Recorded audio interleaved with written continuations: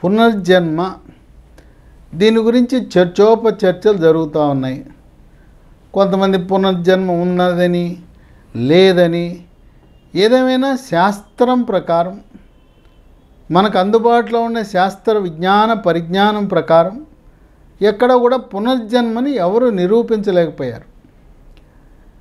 పుణ్యం చేస్తే మళ్ళీ జన్మలో మనిషిగా పుడతామని, పాపం చేస్తే పందిగా పుడతామని ఈ విధంగా మన పెద్దలు చెప్తూ ఉంటారు. అంతేకాకుండా ఈ జన్మలో పుణ్యం చేసిన వాళ్ళు స్వర్గానికి వెళ్తారని, పాపం చేసిన వారు నరకానికి వెళ్తారని, పాపం చేస్తే నరకానికి వెళ్ళిన తర్వాత మిమ్మల్ని ముక్కలు ముక్కలుగా నరికి మూకుట్లో వేసి ఫ్రై రోస్ట్ చేస్తారని ఈ విధంగా చెప్తూ ఉంటారు మన పెద్దలు. కానీ మన కళ్ళ ముందు శాస్త్రీయంగా నిరూపణ జరిగింది. పునర్జన్మ కాకపోయినా మరణించిన తరువాత, ఈ జన్మలో మరణించిన తరువాత జీవించటం అంటే మనం మరణించిన మన అవయవాలను ఇతరులకు దానము చేయటము ద్వారా మన అవయవాలు మరణించి మనం ఉన్నట్లుగా భావించే విధానం. అంటే ఏదైనా రోడ్డు ప్రమాదంలో మనం మరణించడం ద్వారా మన అవయవాలు దానం చేస్తే అవయవాలు జీవించే ఉన్నాయి కదా, అవయవాలు జీవించున్నాయంటే మనిషి జీవించున్నట్టే కదా. ఈ విధంగా ఒక వైద్య విద్యార్థిని విధి వక్రించింది. ఆమె డాక్టర్, ఇంకా పెళ్ళి కూడా కాల. ఆమె ఎంబీబీఎస్ పూర్తి చేసుకుని కామినేని మెడికల్ కాలేజీలో ఎంబీబీఎస్ పూర్తి చేసుకుని ఎల్బీ నగర్లో ఉండే కామినేని హాస్పిటల్లో హౌస్ సర్జన్ అంటే ఇంటర్న్గా పనిచేస్తూ ఉంది.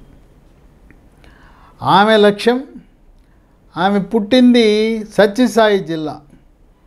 సత్యసాయి జిల్లాలో తలుపుల మండలంలో నంగివాండ్లపల్లి, అక్కడ ఆమె స్వగ్రామం. ఆ సత్యసాయి జిల్లాలో అక్కడ వెనుకబాటుతనాన్ని అవన్నీ చూసిన తర్వాత పేద ప్రజలకు వైద్యం చేయాలి, నా జన్మ తరించాలి అని ఆమె తల్లిదండ్రులకు చెబుతూ ఉండేది. నా జీవిత లక్ష్యం పేదలకి వైద్య సేవలు అందించడం అని చెప్పేది.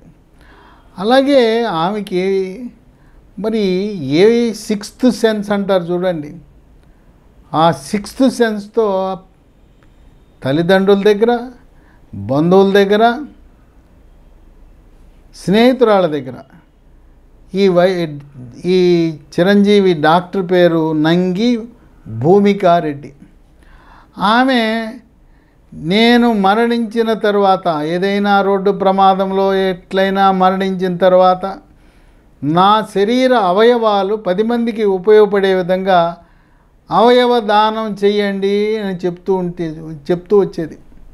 అంటే ఆమెకేదో ఒక సిక్స్త్ సెన్స్ ద్వారా ఆమెకేమో తెలిసేమో. ఈ నంగి భూమికారెడ్డి ఒకరోజు ఆమెకేందుకు అవసరం వచ్చిందో తెల్లవారుజామున కారు తీసుకుని హైదరాబాదులో ఔటర్ రింగ్ రోడ్ ఎక్కింది. మరి తెల్లవారుజామున అక్కడంతా మంచు, సరిగా రోడ్డు కనపడదు. ఆ రింగ్ రోడ్డు మీద ఒక ఘోరమైన రోడ్డు ప్రమాదానికి గురైంది. సమీపంలో నానక్రామగూడలో కాంటినెంటల్ ఆసుపత్రి ఉంది. ఆమెను తీసుకెళ్ళి అక్కడ చేర్చారు.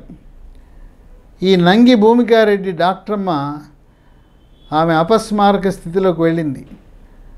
మెదడు గాయమైంది, మెదడులో గడ్డగట్టింది. అక్కడుండే న్యూరో సర్జన్ డాక్టర్ శివానందరెడ్డి ఆయన ఆపరేషన్ చేసి ఆ మెదడులో ఉండే గడ్డను తొలగించాడు. ఆమెను వెంటిలేటర్ మీద పెట్టారు.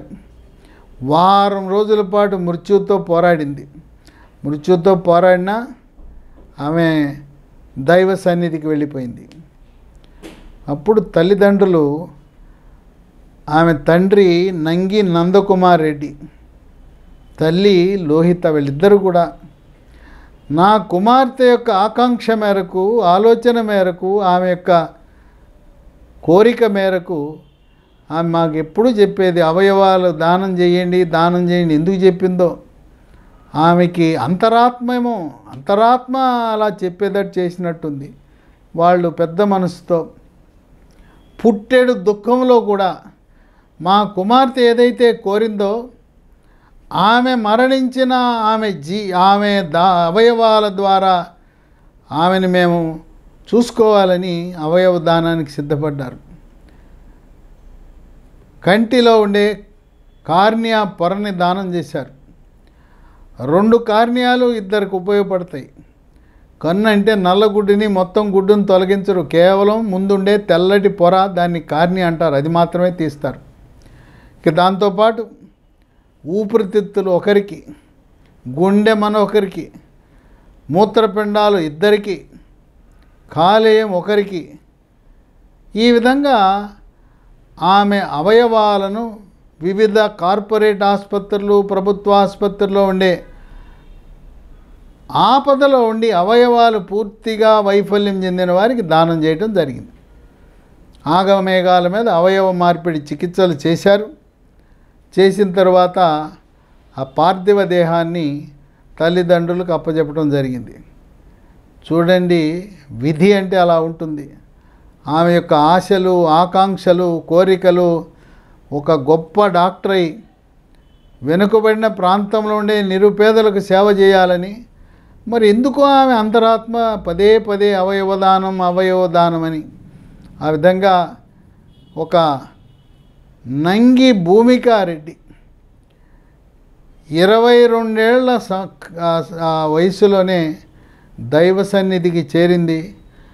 మరి పునర్జన్మ ఎలా ఉన్నా ఎవరైనా కూడా రోడ్డు ప్రమాదానికి గురై మరి పార్థివ దేహాన్ని అంత్యక్రియలు చేసి మరి వేరే రకంగా చేసే కంటే అవయవదానము చేసిన తరువాత కూడా అంత్యక్రియలు నిర్వహించవచ్చు, దహనం చేయొచ్చు, భూమిలో పాతిపెట్టచ్చు. కనుక మనకు ఆ చిన్న వయసులోనే ఆ చిన్నారి డాక్టర్ నంగి భూమికారెడ్డి ఈ భూలోకంలో నివసించే వారికి అందరికీ కూడా ఒక మంచి సందేశాన్ని ఇచ్చింది. ఆమె ఇచ్చిన సందేశం ఎలా ఉందంటే, కీకారణ్యంలో, దండకారణ్యంలో ఒక చిన్న కొవ్వొత్తి, ఆ కొవ్వొత్తి కరిగిపోతూ ఆ దండకారణ్యం కీకారణ్యంలో వెలుగునిస్తుంది. తను కరిగిపోతూ వెలుగునిచ్చేది కొవ్వొత్తి. ఆ కొవ్వొత్తిలా నంగి భూమికారెడ్డి మరణించి 7 జీవితాలలో వెలుగు నింపి ఈరోజు తల్లిదండ్రులు ఆ 7లో భూమికారెడ్డి అమ్మాయిని చూసుకునే అవకాశము కల్పించింది. ఆంధ్రప్రదేశ్, తెలంగాణ రాష్ట్రాల్లో జీవన్ దాన్ అనే కార్యక్రమం కింద ఈ అవయవ దానాన్ని స్వీకరించడం, అవసరమైన వారికి అవయవాలను వాళ్ళకి ఇవ్వటం జరుగుతుంది. దివంగత నేత డాక్టర్ కోడెల శివప్రసాద్ ఆయన తన నర్సరాపేట స్వగృహంలో ఆయన అవయవ దానాన్ని గురించి అవగాహన కల్పించి 10,000 మందితో మేము అవయవ దానాన్ని చేస్తామని చెప్పి అంగీకార పత్రాలను సేకరించి ఆయన గిన్నీస్ బుక్ ఆఫ్ వరల్డ్ రికార్డ్స్లో నమోదైంది డాక్టర్ కోడెల శివప్రసాద్ యొక్క పేరు. దీనికి ఆయన తనయుడు కోడెల శివరాం ఆ రోజు సహకరించడం జరిగింది. కనుక మరణించిన తరువాత అవయవదానాలు చేసిన తరువాత మాత్రమే పార్థివ దేహాన్ని అంత్యక్రియలు చేయండి. అయితే ఈ అవయవ దానానికి పూర్తిగా ఊపిరితిత్తులు పనిచేయకుండా గుండె ఆగిపోయిన తర్వాత పనిచేయదు. గుండె పూర్తిగా ఆగిపోయిన తర్వాత కేవలం కార్నియా, కళ్ళు మాత్రమే పనికొస్తాయి. అందువల్ల తలకు గాయమై మెదడు మరణం అనగా గుండె కొట్టుకుంటూ ఉంటుంది, ఊపిరితిత్తులు స్పందిస్తుంటాయి, మూత్రపిండాలు పనిచేస్తుంటాయి, మూత్ర విసర్జన జరుగుతూ ఉంటుంది, జీవరసాయన ప్రక్రియలన్నీ జరుగుతుంటాయి. అయితే మెదడు ఒకటి పనిచేయదు, మిగతా అవయవాలన్నీ వెంటిలేటర్ సహాయంతో పనిచేస్తుంటాయి. ఆ దశలో రక్తము ప్రవహిస్తున్న సమయంలోనే అవయవాలు సేకరిస్తే అవి ఉపయోగపడతాయి. రక్తము గడ్డగట్టిన తర్వాత, గుండె ఆగిపోయిన తర్వాత అవయవ దానానికి అవి పనికిరావు. 65 ఏళ్ళు దాటిన తరువాత అవయవ దానము చేయటానికి అర్హత ఉండదు. కనుక యుక్త వయసు, మధ్య వయసు, 55 ఏళ్ళు లోబడి ఉన్నవారు ఏదైనా రోడ్డు ప్రమాదానికి గురైనప్పుడు వాళ్ళు మెదడు మరణం చెందితే అవయవ దానము చేయటం ద్వారా ఆపన్న హస్తం అందిస్తూ అభాగ్యులకు, నిర్భాగ్యులకు గుండె, ఊపిరితిత్తులు, కాలేయము, మూత్రపిండాలు పాడైపోయిన వారికి నూతన జీవితాన్ని ప్రసాదించే అవకాశం ఉంటుంది.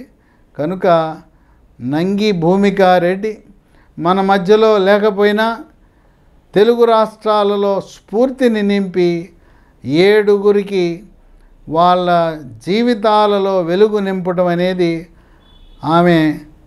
ఆమె భూమి మీద లేకపోయినా ఆమె స్ఫూర్తి, ఆమె యొక్క ఆలోచన విధానం భూమి ఆకాశాలు ఉన్నంతకాలం తల్లిదండ్రులే కాదు తెలుగు రాష్ట్రాల ప్రజలు గుర్తుపెట్టుకుంటారు అని చెప్పి విశ్లేషకులు భావిస్తున్నారు.